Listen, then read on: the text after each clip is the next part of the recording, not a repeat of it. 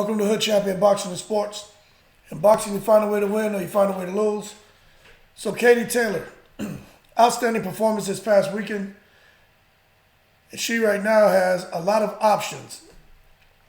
Actually, she really has the three top options are going to be the rematch with Serrano, or she can fight a crossover bout, going over to MMA to fight Holly Holm, or she can fight Chris Cyborg. But this is the thing, right? Eddie Hearn is a smart guy, and we know with Eddie Hearn, he's all about the biggest paydays for his fighter and, of course, for his company.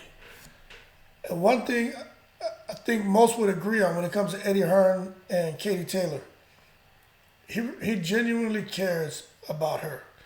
I sense that when he's talking. And I honestly think he has the best interest for all of his fighters, but it's personal. It's very, very personal with him and Katie Taylor. And, I enjoy seeing that because a lot of times with promoters, boxers are just tools. And those are the kind of tools that they need to pick up and use to do their job and then get paid a handsome salary. And a lot of times when these fighters kind of just fall off, promoters could care less, they move on. But Eddie Hearn has proven to hold a sound relationship with a lot of his fighters. There are going to be some fighters who are disgruntled and would argue the other side of the coin. But when you look at how Eddie Hearn reacted when Tony Bellew got clipped by Usyk, Hearn didn't know what to do. He wanted to jump in the ring and pick up his head and grab him, and Hearn was emotional. And I remember saying, man, that's great to see that. They're genuinely friends, and there's genuine love, care, and admiration there for Bellew. And I think the same thing with Katie Taylor. So going forward, Eddie Hearn, Katie Taylor's people have had conversations with Chris Cyborg, have had conversations with Holly Holm, the MMA fighters. So although Katie Taylor has a lot of options from the two MMA fighters and some female boxers and a weight class below or above her or her weight class, she doesn't have the options to put on an event that would match the event from this past weekend against Amanda Serrano. As a result, the rematch with Amanda Serrano will more than likely take precedence over huge cross-up MMA matchups with the likes of Chris Cyborg, who's with Bellator, and she's a current champion. She only has 2 losses, I think 24 wins. And Holly Holm, I believe, has 5 losses, 14 wins, but she, I believe, is still with the UFC. Cyborg and Holmes are known for their stand-up game, being able to box, being able to fight, having heavy hands, and a lot of technique. Both of them have voiced in the past their desire to get in there with the gold medalist Katie Taylor.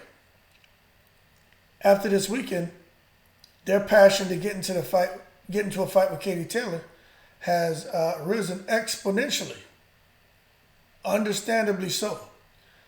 Understandably so. These MMA fighters are tough, man. Can't say anything negative about them. And I think their intentions on fighting a boxer are twofold. Okay? I think it's twofold. I think one, they really want to prove that they're true combatants. That's why they'll come over to the boxing world and just show everyone in the boxing community and all combat communities that they're true warriors. Okay, so I think they really want to prove that they're the best fighters in the world. But the other reason for them coming over is the payday, and you can't blame them. Now, they're looking at what's going on with Katie Taylor and Amanda Serrano, both of them making over $1 million. Okay, I don't know what the final numbers are, but they got paid. and they're listening to what Jake Paul is saying. Listen, people. This next fight with Katie Taylor and Amanda Serrano, if that's the direction that Katie Taylor goes, those young ladies. I don't want to say anything disrespectful and say girls, but I think you guys know what I'm saying. But those women, those athletes, those boxers are going to make a lot of money.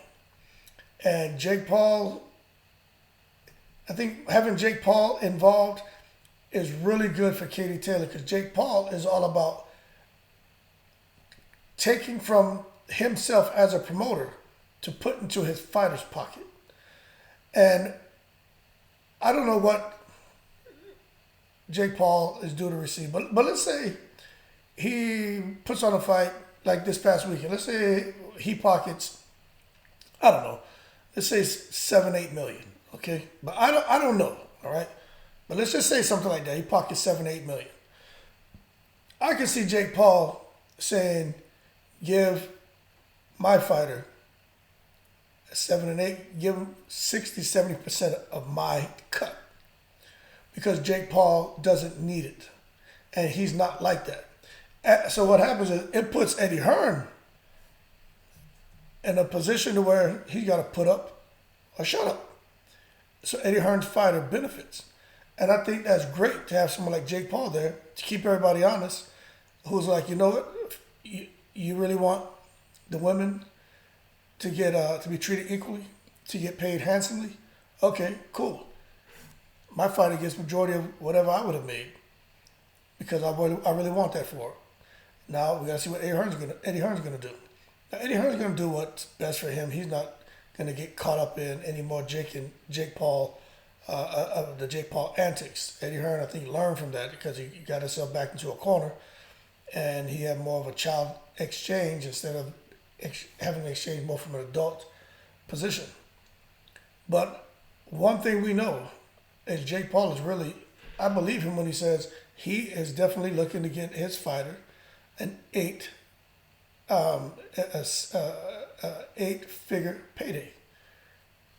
He really wants to get her that 8 figures, $10 million or more. And I think he can do it. But when you got like a Cyborg and Holm listening to this kind of talk, they want a piece of the action. They want to get paid. They want to make the millions too. And unfortunately, it's just something that's not happening. And I don't know if it'll ever happen. I hope it does. But right now, they want to come over. They want to prove that they can fight. They want to prove that outside of MMA, they can get busy in boxing. But at the same time, the other reason is, hey, we want the payday. And you can't blame them. But right now, Eddie Hearn, this is where, I hope Eddie Hearn doesn't drop the ball. Because right now, Eddie Hearn, he and Matchroom are working with MVP Promotion, Jake Paul and his team, to try to negotiate the second fight. So that means location, of course, then whatever venue in that location, and then the purse split. And then all the other semantics, we're not worried about that. But that purse split, I think, is going to be a big deal. I personally think it should be 50-50. But I think 60-40 is okay. Because, Taylor won the fight. She got the decision. It doesn't matter. We're not going to act like Josh Taylor and Cottrell here.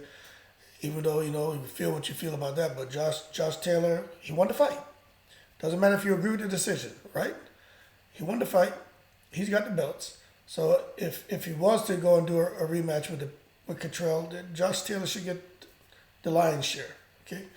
But with Katie Taylor and Amanda Serrano, a little bit different.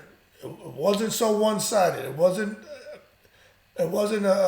Katie Taylor. It wasn't that controversial, even though I feel Serrano won. But it's nothing like what Josh Taylor's going through. No one's giving Katie Taylor flack for her victory.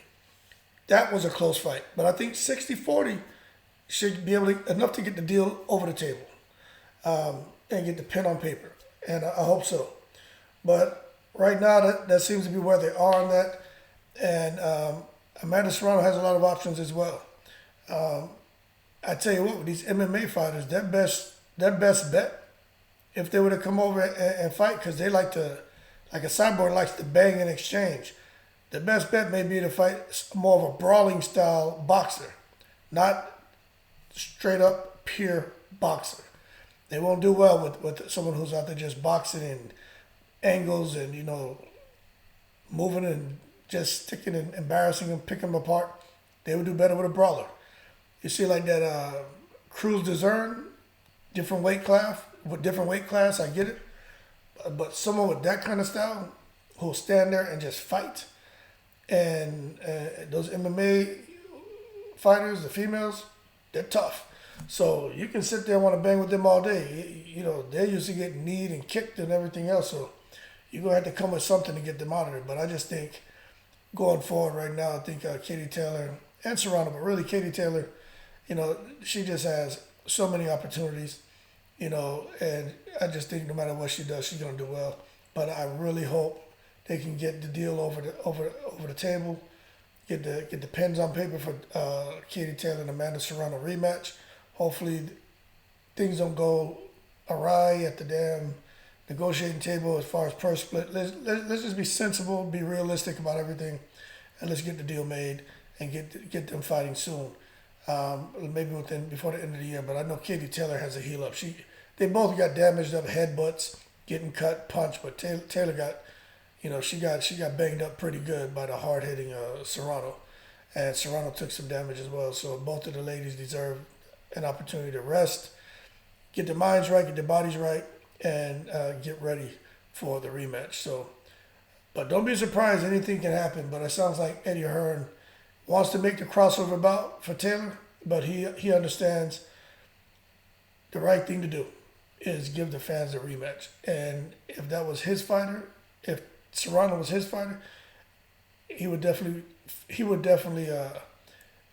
petition for that, because I think Serrano definitely earned the rematch.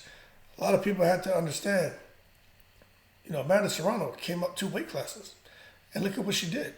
Okay, so that alone speaks volumes about Serrano. And Serrano's a 7-division champion, so 7 different weight divisions that she's held titles. That's crazy. So, you know, we gotta understand how special Serrano is. But for Katie Taylor, she's in a great position. So we'll see what they decide to do. But don't be surprised if they go the MMA route, if they hit a stalemate or a sticking point in negotiations between Taylor and Serrano.